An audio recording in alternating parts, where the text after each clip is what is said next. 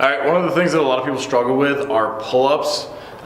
There's a lot of reasons for that, one of them being that pull-ups are hard. So a lot of people, they just hop on the bar, they grab it however, and then as they fatigue, they get further and further into the fingertips.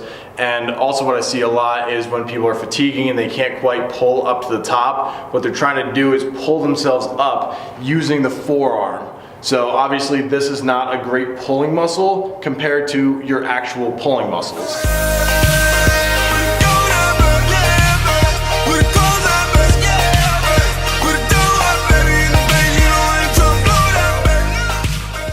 Alright, one of the things that a lot of people struggle with are pull-ups. There's a lot of reasons for that, one of them being that pull-ups are hard. But one of the things that a lot of people tend to overlook is the hand position. Not width-wise, not wide, neutral, narrow, nothing like that, but actually physically how you grab the bar. The hand position, that's not so important. It's actually how it translates down the system to your shoulder position. So a lot of people, they just hop on the bar, they grab it however, and then as they fatigue, they get further and further into the fingertips. And also what I see a lot is when people are fatiguing and they can't quite pull up to the top, what they're trying to do is pull themselves up using the forearm. So obviously this is not a great pulling muscle compared to your actual pulling muscles. So your body, so like certain joints are designed to work in a certain way. They'll still work if they're not in the ideal position, but again, it's not ideal. So when people are trying to work on pull-ups and something as simple as your hand position or your grip position is off, that's gonna translate down to your shoulder. Then if your shoulder is not in the right position, you're not gonna be able to pull as hard as you can or with as much strength as you have. So, the thing I want to talk about today is just getting more of the hand up around the bar. So a lot of people grab onto the bar. If this is your pull-up bar, they just sort of grab here with this row of knuckles facing back towards the wall behind them. Main thing to do is actually try to get this pinky knuckle up over the bar. What that's going to do is actually just turning your hand in a little bit. It's forcing your shoulder. I'll get down here.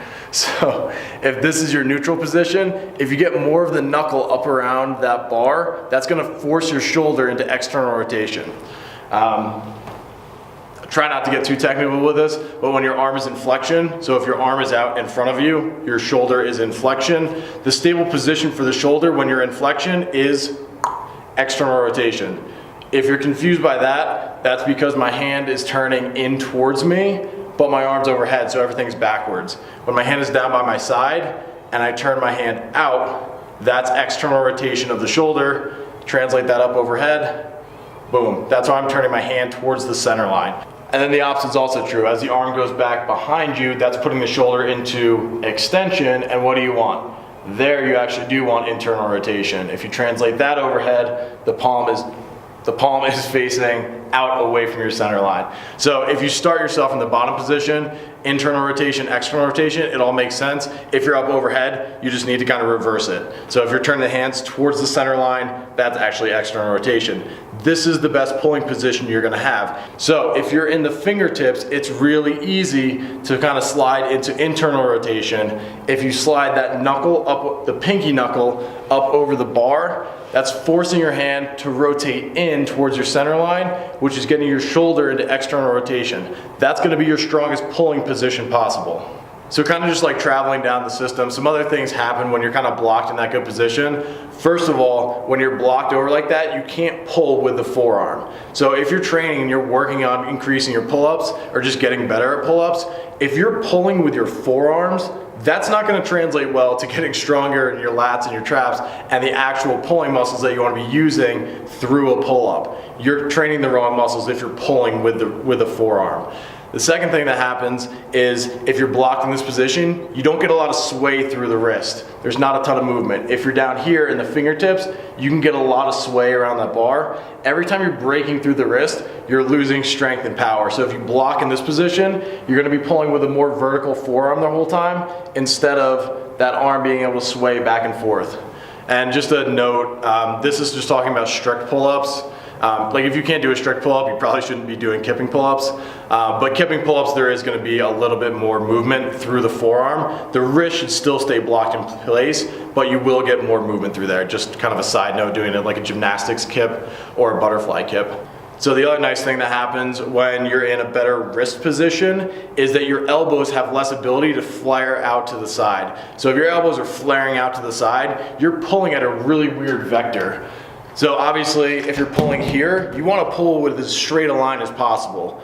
If you're out here, this is kind of a wild angle for you to be pulling on from the wrist to the elbow to the shoulder. Again, that's just going to be losing strength through the system. So if you can keep those elbows in more, again, that's creating that external rotation torque and that strength in that position, a very stable position. So the more stable the position, the stronger your body's going to be. Your body's built to move in certain ways. So if you're in that position, the way the body's meant to move, you're going to be a lot stronger in that position. So all that kind of travels down the system just from changing your hand position.